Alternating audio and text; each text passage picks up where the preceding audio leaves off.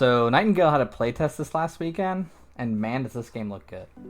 If you're not familiar with it yet, Nightingale is a multiplayer survival sandbox game set in a Victorian-era fantasy setting, with the main progression tied to hopping through these multi-dimensional portals to realms that we get to create. The playtest they had this weekend started us in about 10 hours into the normal game, with some crafting recipes and equipment unlocked, and man does this game have a lot to offer. Visually, the game is stunning, from the environments, creatures, and equipment. Their team has an amazing attention to detail. I placed down a small basket, and as funny as it sounds, I was amazed at how good it looked. Nightingale has this enchanting music, and the environments have this cozy, relaxing vibe when you're just hanging out in your base. Nightingale is set in the Victorian-era inspired universe, where humanity is scattered to the winds, across faraway realms, and we are trying to make our way back to the lost city of Nightingale. In order to get from realm to realm on our journey, we have to create realm cards. These cards can be played in combination with each other to open new portals to new realms. In the playtest, we had access to 3 biome cards, a forest card, desert, and swamp card. There were 2 major cards, which seemed to adjust the difficulty or enemy level of the realm. There's an abeyance card, which made the realm you joined more peaceful, which would probably be a good idea to make a base here, and an antiquarian card. This card made the realm have higher level enemies. It had druid and fey rune. There were quite a number of minor cards as well. One increased your fishing ability, another one made it constantly rain, giving a wet debuff and increased your magical abilities. Another one called the explorer card increased your movement speed, but made you deal less damage as a trade-off. The minor cards could be played during a realm, so in theory you could play the explorer card to explore the realm, then play another card to remove the debuff. I'm not sure how many there will be at launch, but for being only level 10, there were already a lot of combinations. The Nightingale's realms are all temporary. Once you leave a realm, you can't go back to the exact same one, even if you play the same card combination. But there is one exception, the respite realm. This is your home base realm. With all the combination of realm cards, this lets you really customize your home base in a way no other survival sandbox game allows. You can make a home realm really cozy and calm, maybe have constant rain or constant nighttime, or you could find a realm with high level mobs that's really rare, and maybe you want to just farm that. You could set up camp in that realm. Unlike most survival sandbox games where the servers are static and there isn't really a global community to play together with, Nightingale offers one shared world with all players. You can find a friend that you want to team up with and explore, or maybe fight a really difficult boss together, or you and your friends could make a marketplace realm and allow other players to come visit your respite realm and trade high level items and become profiteers. I can imagine the possibilities this opens that is almost like an MMO. There's a main player hub also called The Watch, which there isn't really a lot of information about yet, but it will be in the early access launch. The main character progression is all about items and gear. The devs have said they want people to have these special job roles to create stronger gear. They talk about how they want clans or guilds to have dedicated people for each of these jobs, to be the best armorer, or to be the best gunsmith, or be the best alchemist. And looking at the crafting system, you can really start to understand what the devs mean by this. The crafting in Nightingale uses a quality system. The higher quality materials used in the craft will increase the quality of the item. These materials all have their own attributes to them. In most games, if you gather fiber from different looking plants, it'll just give you the same resource called fiber. But in Nightingale, the different plants will still give you fiber,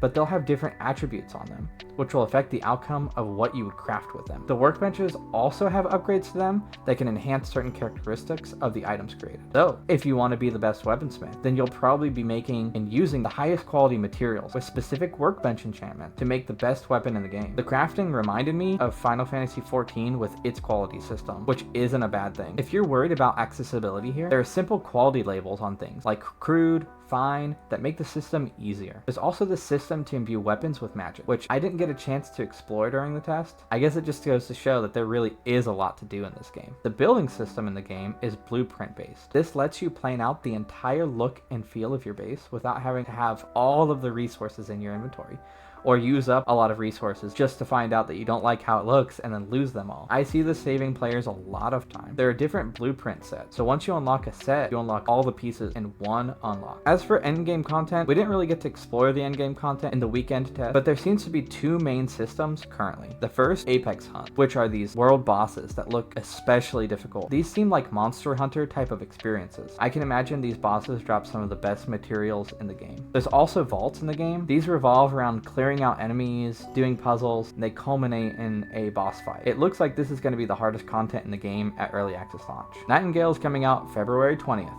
That does it for today though. I hope you guys enjoyed the video.